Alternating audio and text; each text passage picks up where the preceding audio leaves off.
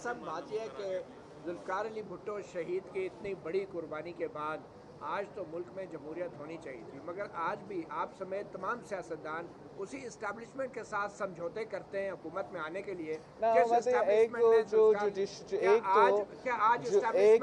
मतीउल्लाह जान साहब, आपका क्या सबूत है कि मैं इस्टेब्लिशमेंट के समझौता कर रहा हूं?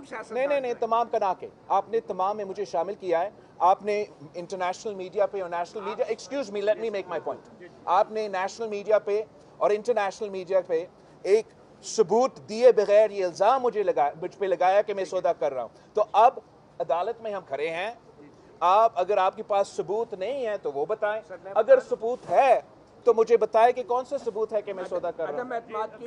यार, आप अदम एतमाद की तहरीक पर क्या सबूत है? आपके लीडर खुद मान रहे हैं कि आप मुलाकातें करते रहे, सब लोग मुलाकातें कर रहे हैं। दैट्स नॉट सबूत दैट मैंने किसी चीज पे सौदा किया है।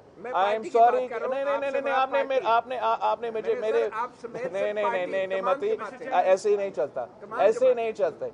जब आप जर्नलिज्म करते हो तो आपको जर्नलिज्म के भी उसूलों को पे खड़े होना चाहिए। अगर कोई मौलाना या कोई और कोई बात करता है तो आप उनसे पूछें।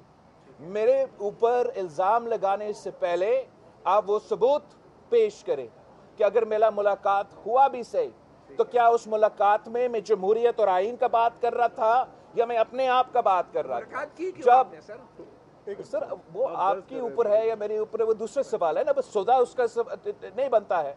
तो आप अगर ये इल्ज़ाम लगा रहे हो तो आप बड़े मेहरबानी सबूत लेकर आए, वरना आपसे ये उम्मीद नहीं था कि आप बगैर किसी सबूत के साथ मेरे ऊपर कोई इल्ज़ाम लगा। थैंक यू मती।